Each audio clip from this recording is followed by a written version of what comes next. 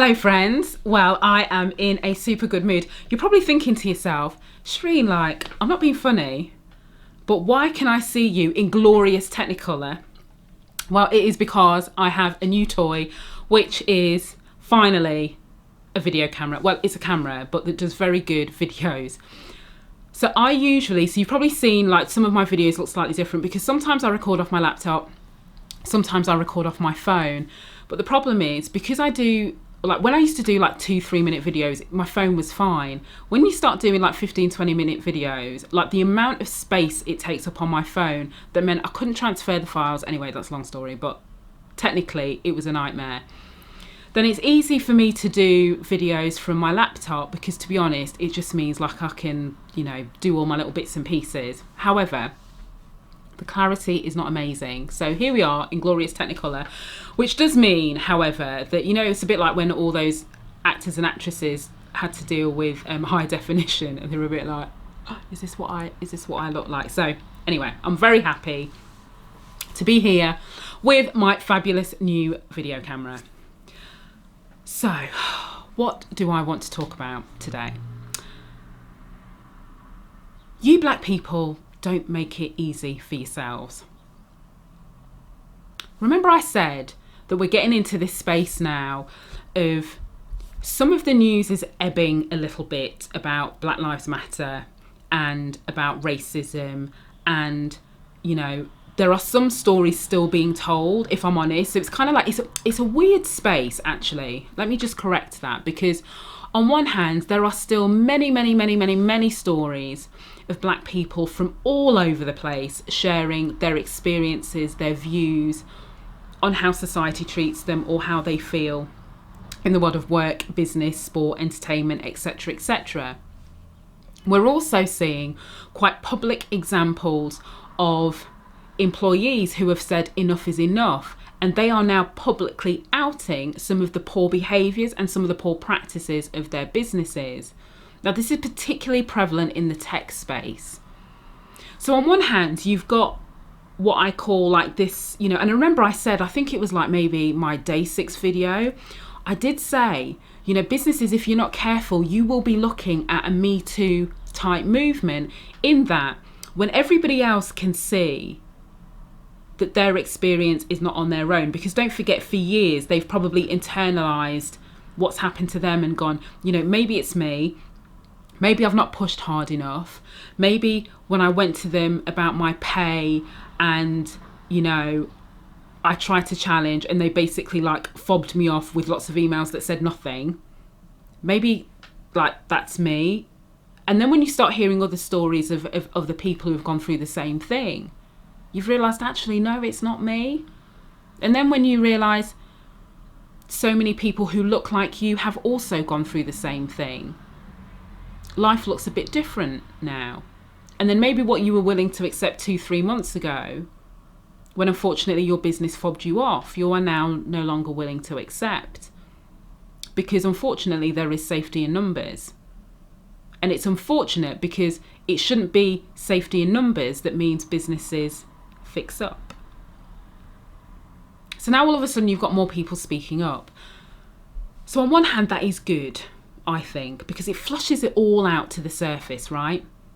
But on the other hand, there are people now who are stepping up the ante when it comes to trying to silence this whole thing. There are people who are still saying, like particularly in the UK, we're such supportive people. Look how many immigrants that we take in year on year. No other country takes in as much immigrants as we do. I don't know if they're basing that on statistics, but that's just the comments that are being made. But there are also some individuals who are now quietly, but forcefully, starting to advise other black people about how they should use their voice, how they should say certain things on social media, because they've started to say things to them. They've started to say things like, remember, you're looking for a job. Remember, your new employer can see that. Remember, your old employer can see that. Remember, people who potentially want to do business with you can see that. You know, so I'm not saying like don't show support, because, you know, I think it's great that you're showing support for your fellow black people. I think it's amazing. Like, honestly, I do. You know, I posted the black square that date in June, whenever it was. I did that. So I'm not saying that I don't get it. I just want you to be careful. Now, what they're hoping deep down is this whole conversation about race, this whole conversation about the black experience is making them feel uncomfortable. So they're trying to influence that and ease their discomfort by trying to encourage the black people who they're connected with to silence what they've got to say. And they're doing it with that implied threat almost. And I'm going to use the word threat deliberately, because what they're playing on the fears that as black people we have faced for years and for generations, which is if we speak out, we'll get in trouble for it. If we speak out, we'll lose opportunity. If we speak out, our business will label us the difficult ones. So we've stayed quiet, thinking that will be fine and the world around us will get better, society will get better and businesses will get better. But even though we know that's not the case, even though there's many people who know that's not the case, there's still a lot of black people who still won't speak out. And when I say speak out, I don't mean like they're not, you know, they're going to share their salacious, sensationalized stories, you know, that we're seeing play out in other news outlets. I just mean where they're sharing their experiences as what life is like for them as a black person in the world of work. So there's still a lot of people who are uncomfortable doing that, and that's fine. But there are also a lot of well-meaning, well-intentioned, and I put that in inverted commas, in very small font, in italics, who are using that same fear basically as a method of control. So when they say things like, you know, think about your profession, think about your job, think about your clients, think about, what they're trying to say is, have you really thought about all of this? Because if I was you, I wouldn't say anything. I mean, if it was me, because a little bit of that as well, like if it was me, this is what I would do. And, you know, I saw a lady, I've forgotten her name now, who posted a comment on LinkedIn. She was a white woman. And you know when you wish you could like copy paste somebody's comments, stick it on a t-shirt, and then print like 2,000 t-shirts and just make other people wear it? Because, like, let me tell you, she hit the nail on the head. And I'm paraphrasing now because I'm trying to remember. But basically what she said is, and this was her addressing white people, and she was saying, you know, like when you say things like, you know, black people don't help themselves, you know, they might want to try and be less angry, less bitter, less judgmental when they're talking about this stuff, because, you know, when they do it like that, they're not going to get people on side. The best way to get us on side if they want our help. And, you know, she was being honest, because she was saying these are the conversations that she's been having at the cookouts. She's American. And what she turned round and said is, but you have to understand, by the very definition of you saying that, that is the equivalent of white supremacy. Because what you're saying is, because you as a white person would not address the conversation in the way that maybe you've seen a black person do, by definition what they're doing is wrong according to your standards, which trumps everything. Excuse the phrase.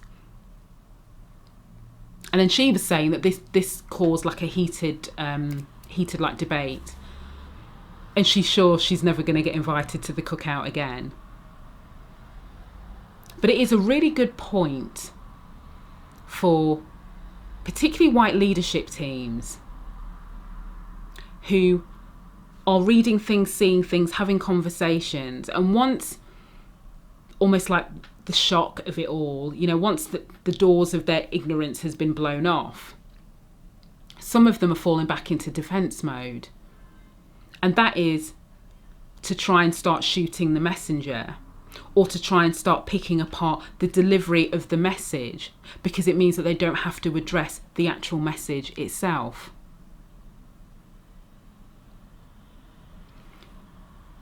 So we, as black people, have to be aware that this is increasing, and it will increase because a lot of people are feeling pressed. Non-black supporters, allies, whatever you want to call yourself, who are also speaking up. And I'm seeing like some, and I say this with affection, meaning like some crazy talk from white people in very well-known brands who are also saying enough is enough, who are also calling out their colleagues, their connections for white privilege, for their white supremacist views, and the lens in which they view the world. Like crazy. Like I'm loving it, but it's crazy because to some extent there's some people going hard for this who you never would have expected would go as hard publicly, and they've been doing it consistently. So this is not performative allyship, they're just doing it because like it's cool. So that's great, but even they have to be on their guard, because now what they're getting is their own coming and saying, like, whose side are you on? Like, what have you been, how many black friends have you had? Have you been hanging around with too many black people? Oh, God, listen. All of this goes on. All of this goes on. So if you're in senior leadership roles within a business, and you're thinking that this type of conversation is not happening metaphorically by the water cooler, if you're thinking that your colleagues, your teams, your employees are not WhatsApping each other with like links to stuff and comments and all this stuff, and there's not Slack groups that maybe you're not part of because you probably don't even know that they've been set up purely for this, all of this will be happening underneath your nose. All of this will be conversations happening in your business. And just because you might be giving a very formal here's my viewpoint, this is where we stand as a leadership team, there is a subtext to all of this, and there's another layer to all of this conversation that's playing out every single day. So the reason why I'm mentioning this is, one, as white people, you have to check yourselves, and you have to take a minute, and you have to be thoughtful and present and conscious before you respond when a black person is sharing their story. I've done a previous video about the importance of not centering yourself in the conversation because it's not about you in that way. So that's really important. You've got to be on the lookout to make sure that you're not gaslighting. You've got to be on the lookout to also understand that the more public you are about which side of the fence you're firmly sitting on, your peers, your colleagues who look like you may not appreciate what you're saying, so you've got to be prepared for that as well. So all of these things are massively important, and I think we do need to keep talking about it because it's happening. And as I start to see the conversation shift a little bit, and don't worry, there's still some like key themes, there's still some people who are still going, if you don't like it, go back to where you come from. I'm like, listen, there's nothing in Crewe. Do you know what I mean? Nothing. Don't attack me, anybody who's still in Crewe. But, like, come on. All these people who were going, I got stopped in a nightclub when I went to some place in New York because I was the only white guy that, all of that. And now people are stepping it up because they're realising that the conversation is not going away in the way that they thought it would. There's a lot of people, even on LinkedIn, who are now going, LinkedIn is not Facebook. We should save all of that. What do they call it? Not like political talk, but there's some phrase that people are using. So that's now going on. So I think that's enough for today. I just wanted to, make this point because it's important. Everybody's got to be on their guard for slightly different reasons. But like, I'm not here for gaslighting. I'm not here to try and dismiss this and saying that, as black people, you're still, have you not had enough? Because, like, you've told your stories and you've said your experiences. Is that not enough for you now? What more do you want? Because that's still coming. See you tomorrow.